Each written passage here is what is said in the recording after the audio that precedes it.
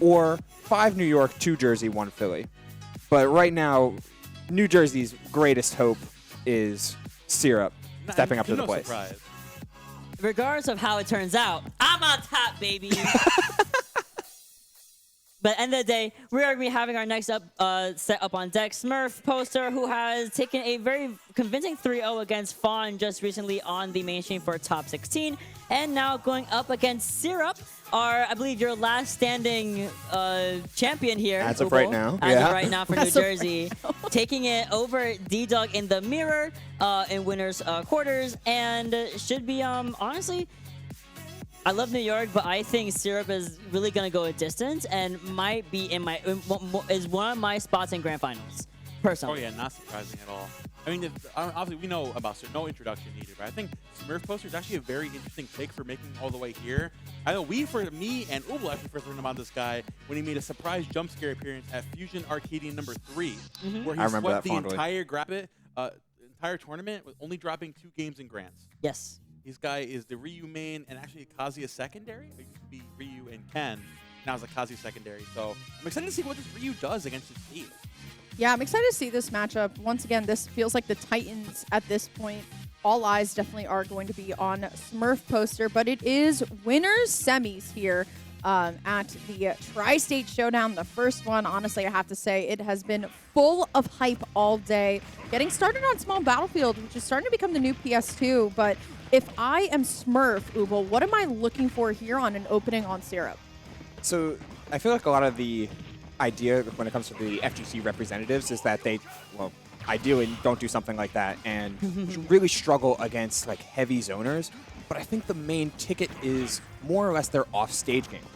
The Shakunetsu and the Hadouken and all of the confirmed game that Ryu has is very, very potent against any character, zoner or not, as long as you manage your neutral right. It's how much Syrup is going to be edge guarding and how much SmurfPoster can play around some of like the down tilts from ledge or the runoff fairs and all of that stuff that becomes much more dangerous. And of course, Steve, it's always hard to find any neutral win when you have someone as good as Syrup. That force master is so well placed. Yeah, but SmurfPoster is able to find a little bit of footing here and even pushing Syrup off of the double wooden plank blocks he had just put down.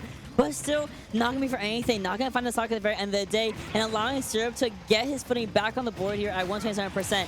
But forced with the technical situation off of your own block, however, that's where SmurfPoster is going to be finding a more equal footing here on stock 2. I'm loving how SmurfPoster is playing this, going into it immediately, of just not only prefacing with Shakunetsu, which is the normal thing for you to do, but also after every normally feels like whether it's a F-tilt on blocks, whether it's jumping in against Syrup, he's going Shaku after everything. So it's a little bit of a cherry on top, if you will, after every extension he has, so it gives him some good footing, gives him good safe from it. Everything Syrup going off stage, just like that. Oh my God, what a down air.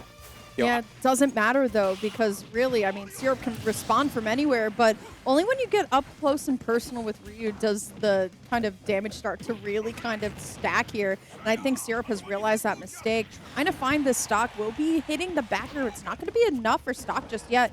No diamond, so instead Syrup going to take it a little bit more aggressively, but actually using the TNT as part of a wall to try and find this diamond a little bit faster, because honestly, Ubel, you need it at this point. Yeah, I mean, Syrup is very, very resource-light, committing that last iron to a very deep anvil. Absolutely needed to close out that stock. Wouldn't have been surprised if Syrup spends a little bit of time off stage just trying to accrue resources through planking, but instead he's looking for a conversion off it, find the up tilt. I mean, sometimes with Syrup and with any sort of Steve, you just need the frame data first and foremost more than you need the materials, because Syrup is scrapping right now. And we did just mention how Syrup is running extremely low on resources. I mean, yeah, you just got diamond. You still have the mine carts as well, with the power rails. But unfortunately, you have 1 block, 1 wood, and like two stone and like 2 iron. That's really not much to work with. But I mean, doesn't really matter when you're able to pull out a magma block from nowhere and get the up smash at the end of the day. Syrup taking the first game very, very nicely, but SmurfPoster having put in a lot of effort for this to be extremely even regardless. I think the biggest thing, really interesting approach that SmurfPoster is taking so far is it's not the fact that, like, obviously most of the time as you're an FGC character, you have to jump in to find his damage against Steve, right, because the blocks. The fact that he's putting the pressure on the blocks, he's jumping around to find it, and then he's throwing out the shock afterwards to not only chase Syrup trying to reverse fade away fair, but also catching him mining away when he runs away too. So it's Syrup, you have to have another thing in mind of, okay, yeah, I'm pretty good behind this wall, but also what if he drops down and hits with a down smash this time? It's really scary when you're facing a Ryu who actually knows how to play the mid range. Yeah, but you got to talk about Syrup too. I mean, we were talking about this a little bit earlier in the. We're talking about this a little bit earlier in the first block of the day, so I know Mott and Ubel didn't hear this reference. But sometimes Syrup really just kind of puts you in the saw trap. Like, there's nowhere for you to go, and death is just certain at the end.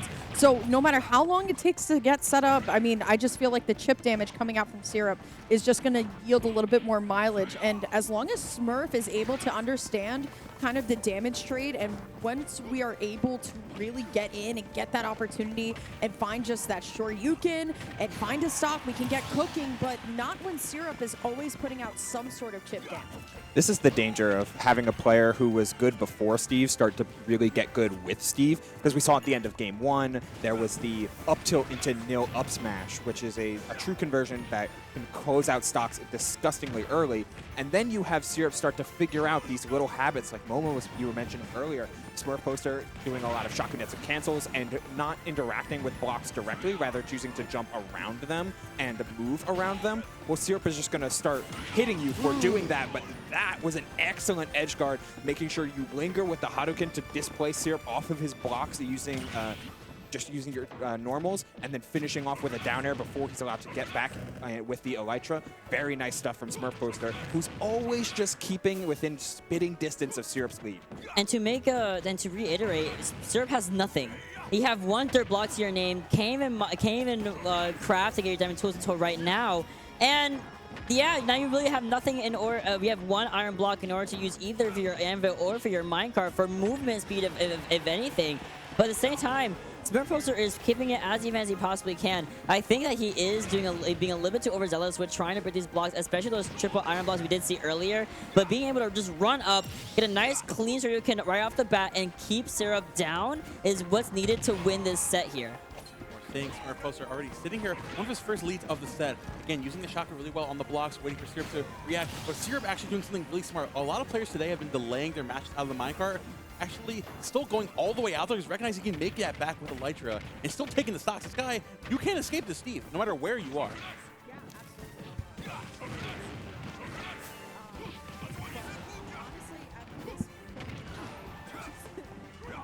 Yeah, we're seeing just the consistent battering that Syrup has been doing, forcing these weird scrambles that it's really hard to play into no matter which character you are, no matter what frame that you have. Forcing Syrup to get off that spot a little bit, utilizing the sword in order to get out of a dangerous situation, and pivoting into a very tight scramble here. There's a Nagba block, and it connects, and it gets another game for Syrup. That was no pickaxe. No pickaxe. No pickaxe. He did a no pickaxe. He punched him up, you bro. don't need any of that. You punch him up in the air. No materials needed, no resources, no iron, no wood, no nothing. Just a magma block from heaven. Don't know where he gets it. Don't know where it comes from. But that is game 2 going over to Syrup. It's so close, too, because I think Smurf exhibiting what I was trying to say earlier of, yes, you can take all this damage, and then as long as you're able to find that confirm with the rage, you're able to really get something done.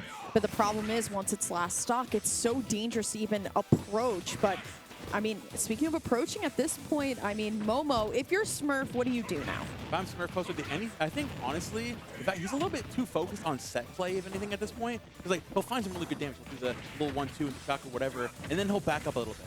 Then he'll, like, go for the next setup. At this point, you need to push the situation.